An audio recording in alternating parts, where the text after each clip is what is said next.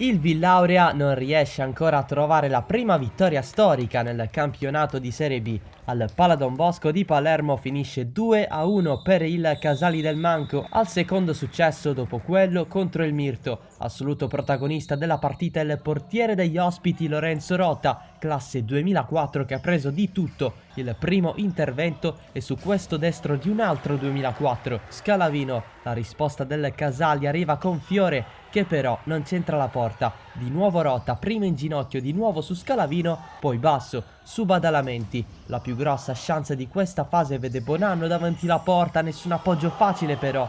Rota poi mura, Giannusa in velocità, il classe 96 ci riprova a giro ma nulla da fare, anche quando Rota è abile a respingere con il piede. Villauria sempre più vicino al gol con Bonanno che scorre in fascia ma colpisce la traversa. Si aggiunge al provino Runfolo, ma Rota stavolta allontana in Vagher. I riflessi ci sono pure con Runfolo che manda Badalamenti e presente Rota. Il Casali del Manco va di ripartenza, Michael Perry trova l'esterno della rete ma grazie a una triangolazione con Fortino e Rovito, Fiore la mette sotto la traversa 1-0.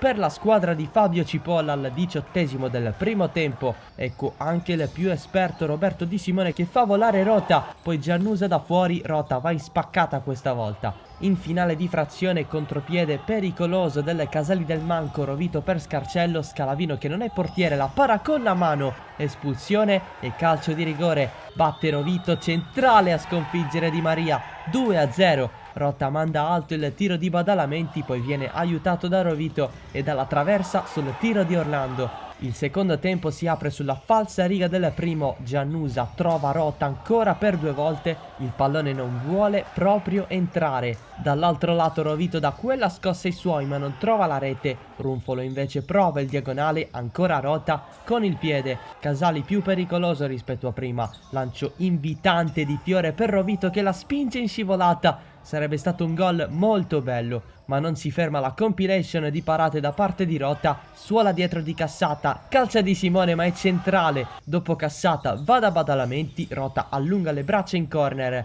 tante conclusioni anche sul fondo, altre murate dalla difesa, Di Maria intanto è ottimo in scivolata ad anticipare Rovito, ma anche a respingere il suo tiro verso il primo palo, la direzione è sempre quella, Giannusa, palo incredibile per il Villauria di Gallo, sale anche la sfortuna, nel finale però arriva il gol di Scalavino che fa gioire un Paladon Bosco in tensione per tutto il match. Rota mura la Barbera per confezionare alla fine una prestazione da sogno. Sirena 2-1 Casali del Manco e primo successo esterno per la squadra di Cipolla. Prossimo match in casa contro il Mascalucia, il Villauria giocherà alla Mezzia Terme.